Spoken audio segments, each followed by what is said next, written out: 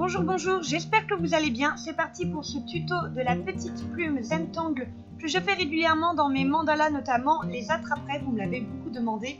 Donc c'est parti pour voir comment je fais. Je commence par tracer en fait l'arête de la plume tout simplement. Donc comme vous voyez, je la retravaille énormément.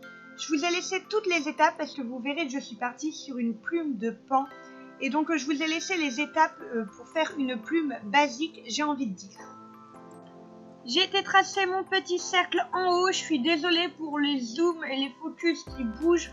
Ma caméra n'a de toute évidence pas compris que c'était le crayon qu'il fallait filmer et non pas ma bague, j'en suis désolée.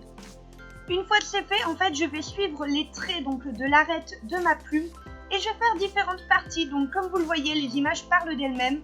Il y a des endroits où je fais juste un petit trait pour faire cet effet un peu foufou parfois qu'ont les plumes et que j'aime énormément. Donc voilà, surtout je ne le fais pas symétrique, une plume n'est vraiment pas symétrique quand on regarde bien. Avec ma super gomme, je gomme forcément l'arête, donc la base que j'avais faite. Je vais utiliser un paper mat et c'est parti pour tracer en fait le contour au noir. C'est une étape très importante et je n'oublie pas de rajouter des petits détails par-ci par-là et de surtout modifier. Je suis quelqu'un qui trace énormément et qui surtout modifie énormément au moment de repasser. À vous de faire comme vous le sentez, c'est vraiment selon votre feeling, selon vos habitudes, etc. Moi c'est vrai que j'aime bien modifier, rajouter des petites choses et parfaire en fait à ce moment-là.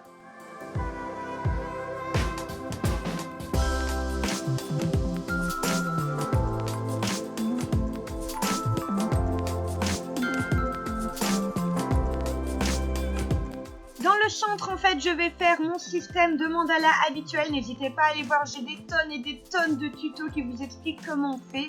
J'ai tracé forcément le petit symbole de la plume de pan et ensuite j'ai fait vraiment à ma sauce, en petit mandala comme j'ai l'habitude de le faire.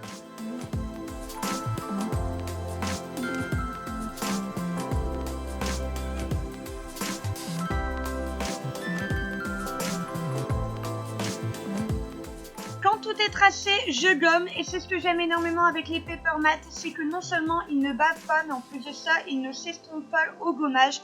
Donc c'est vraiment très pratique et c'est pour ça en fait que je les utilise tout le temps. Donc là c'est parti pour travailler d'abord le mandala et ensuite le Zentangle au niveau des différentes plumes. Donc vous le voyez, je vais vraiment varier les formes, donc je vais faire des formes arrondies, des formes carrées, je suis désolée pour le focus. Je vais vraiment essayer de les mettre l'un à côté de l'autre et de pouvoir rendre la chose un maximum harmonieuse.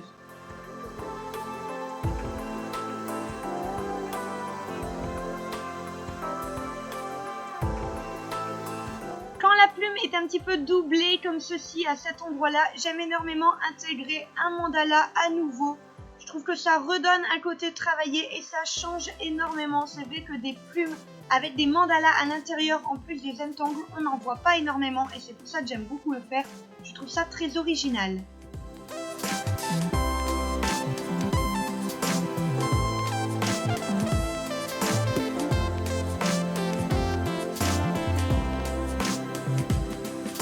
Au niveau des motifs, comme vous le voyez, j'en ai fait des élaborés, j'en ai fait des beaucoup plus simples. Je varie parce que déjà je trouve ça plus joli.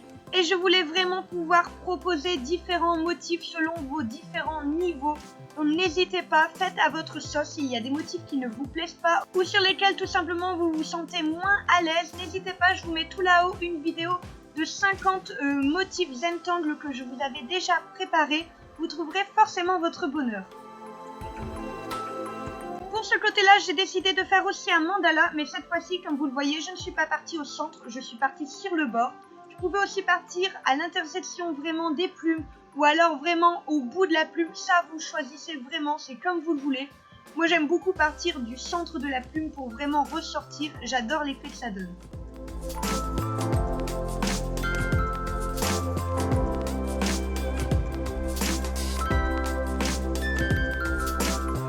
Ici, je voulais vous montrer qu'en fait, à partir d'un même motif, on peut tout simplement varier et le changer. Donc là, comme vous le voyez, en fait, je colorie 1 sur 2, parfois l'intérieur, parfois l'extérieur, etc. Ici, on reprend un petit peu l'espèce de dessin que j'avais fait, mais cette fois-ci avec juste les pétales de fleurs. Donc vous voyez qu'à partir d'un même motif, on peut en créer plusieurs sans aucun problème.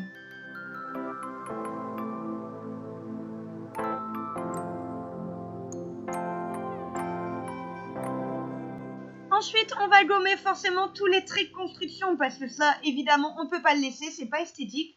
Et on est parti pour la petite griffe finale à ne jamais oublier. Par la suite, j'ai décidé de rajouter des sortes de filets de plumes un petit peu par-ci par-là. Je trouvais que ça donnait un petit côté plus fini au niveau de la queue de la plume que j'aime énormément.